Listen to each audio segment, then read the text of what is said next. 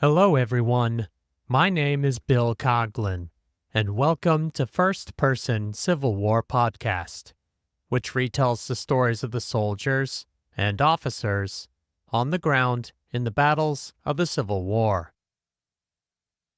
Episode 30 is entitled Second Lieutenant Lot D. Young and the 4th Kentucky Confederate at the Battle of Dallas, and relies on his book Reminiscences of a Soldier of the Orphan Brigade, which he published in 1918. Lot Dudley Young lived in Paris, Kentucky, which is northeast of Lexington in Bourbon County, before the war began. Kentucky was a slave state before and during the war, but it was also a state with divided loyalties to the United States and the soon-to-be Confederate States.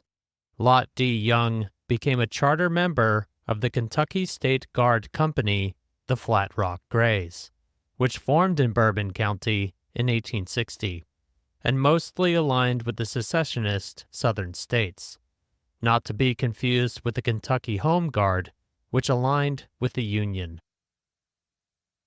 As it became clear that Kentucky leaned more and more toward the Union, most of the Flat Rock Grays, with Southern sympathies, left the state in August of 1861. But Lot D. Young did not do so until September.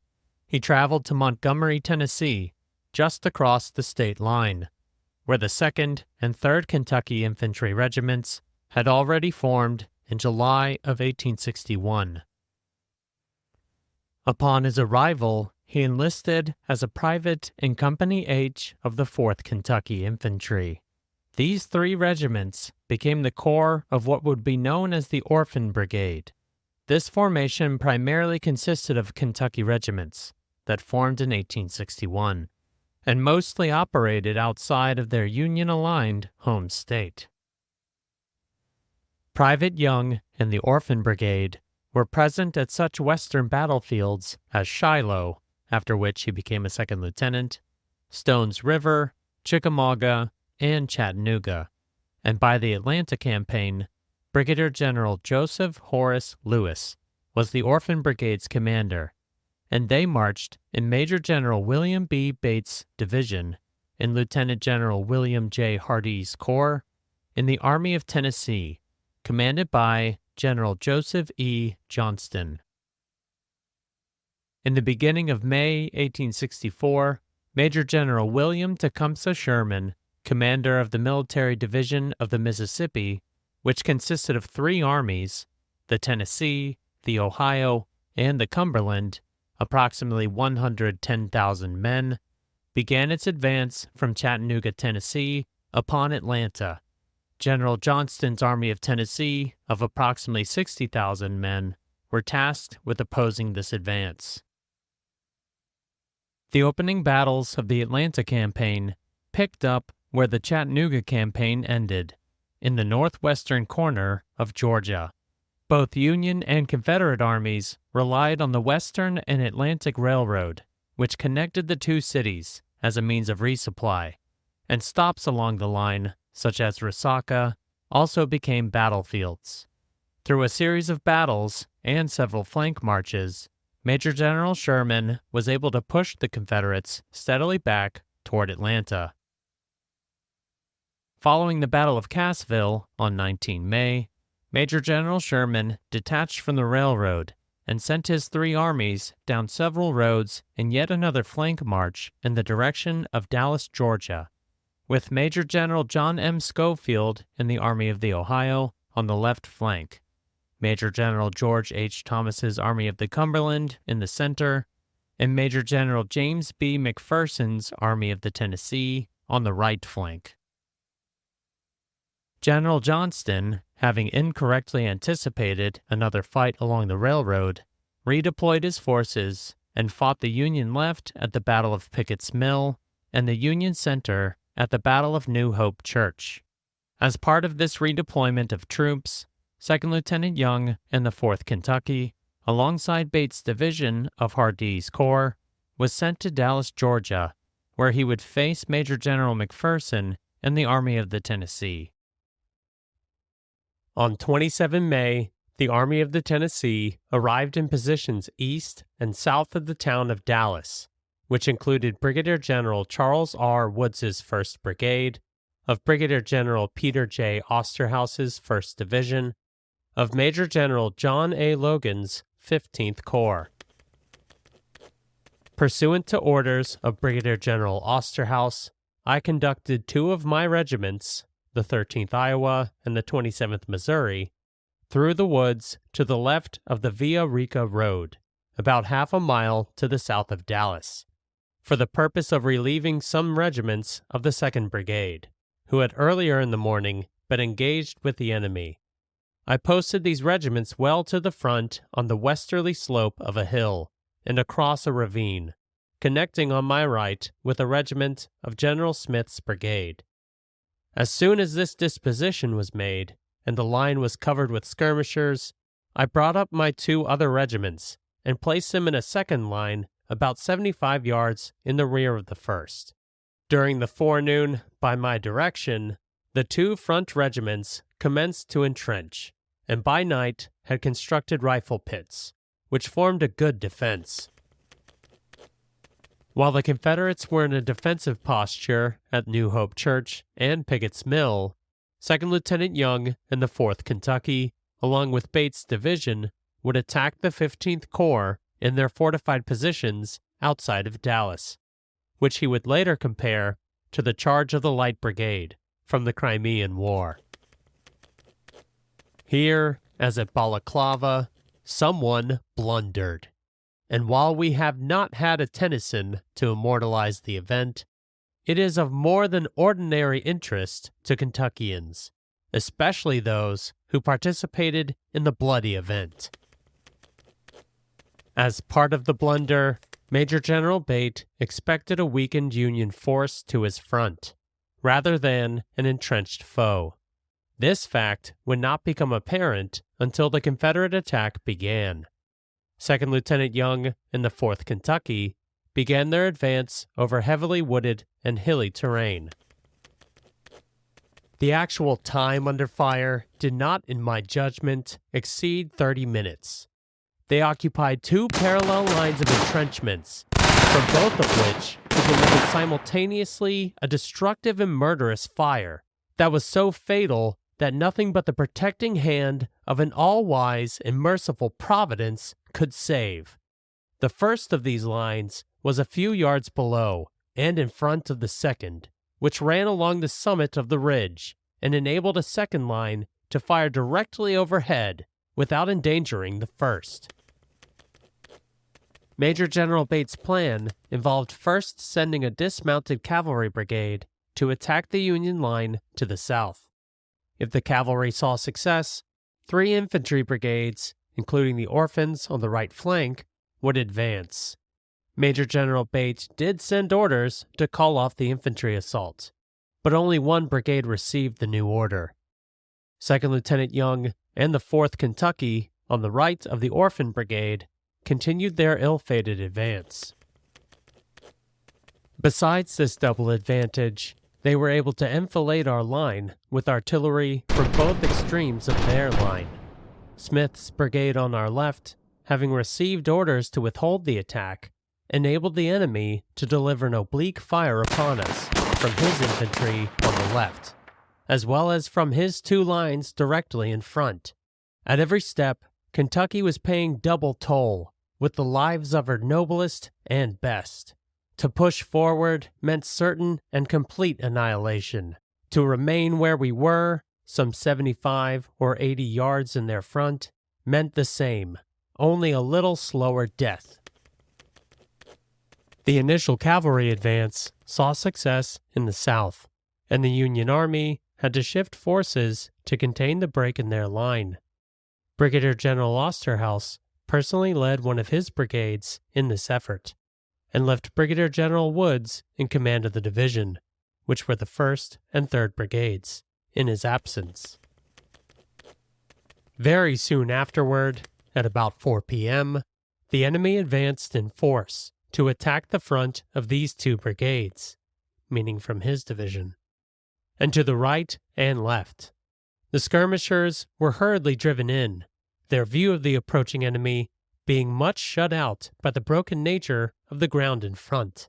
As soon as the skirmishers, or such as were able, had rejoined their regiments, the enemy appeared in view. A general discharge from the rifle pits commenced. The enemy's line soon wavered, rallied, wavered, and then disappeared, leaving their dead and severely wounded behind. In closing out his report, Brigadier General Woods noted that the furthest advance of the Confederates was against the 3rd Brigade just to his south. Here, the terrain was flatter, and the men could not form a second line of defense. Brigadier General Woods also stated that his men captured 15 Confederates after the failed assault. All belonged to the Orphan Brigade.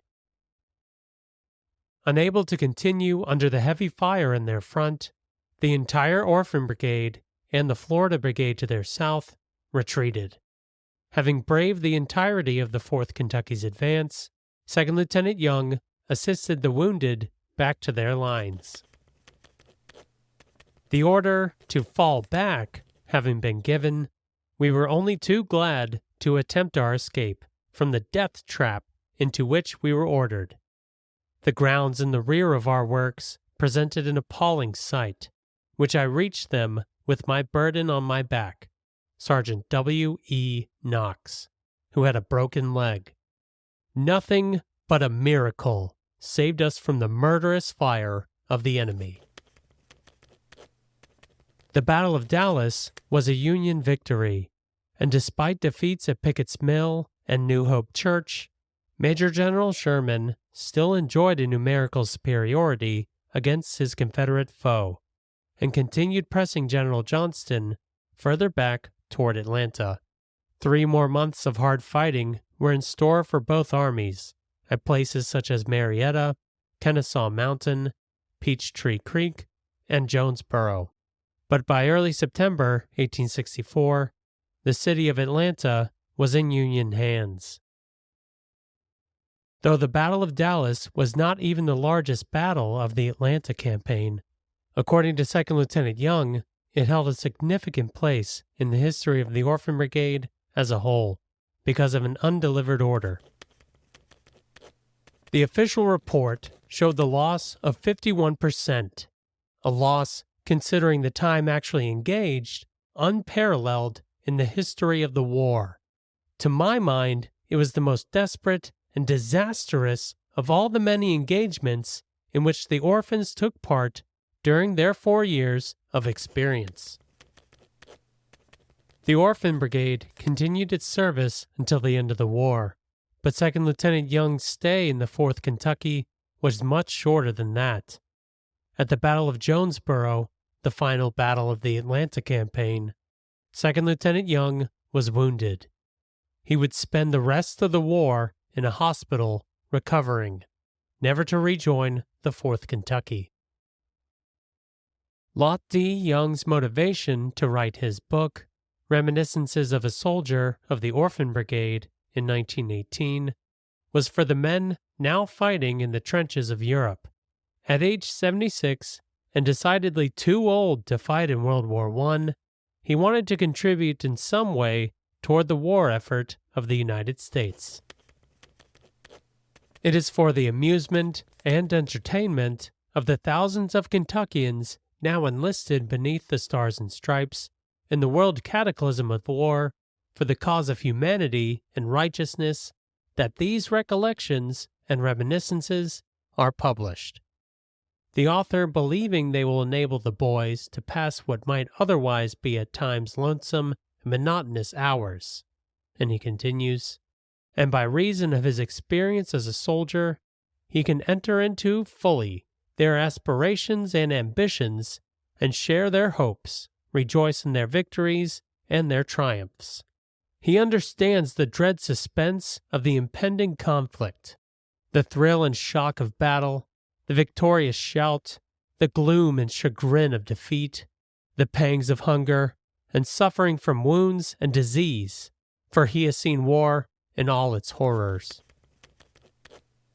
Lot D. Young also clarified that this history was meant for a combined nation, and not only for descendants of Confederate soldiers, and took pride in the fact that the accomplishments of Kentuckians in the trenches of Europe would also be the accomplishments of the entire nation. To complete his book, Lot D. Young toured several battlefields, including Dallas, Georgia, approximately 40 years after the war, and he had no issue identifying where the opposing lines were.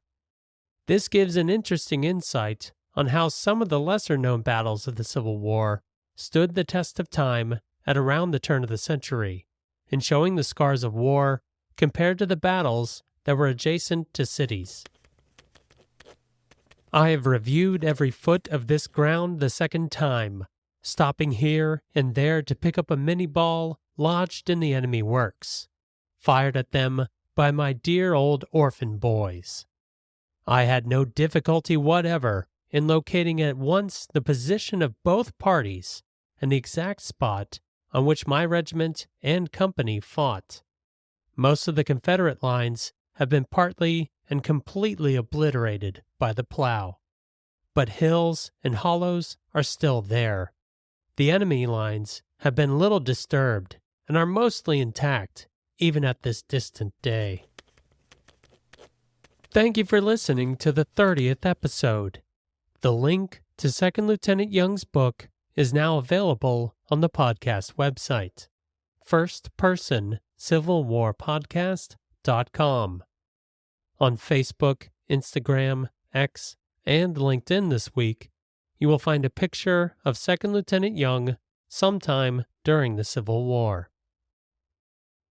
Though next episode will be in the same format that you have come to expect from First Person Civil War Podcast, I will incorporate a new aspect to this episode. Jordan, a listener from Iowa, provided a few recommendations to me concerning Iowa regiments during the Civil War, and for this episode, I decided to use one of those sources. In 2 weeks' time, Corporal Henry M. Dysert of Company D, 3rd Iowa Cavalry, provides next episode's first-person account at the Battle of Pea Ridge. My name is Bill Coughlin, and thank you for listening to First Person Civil War Podcast.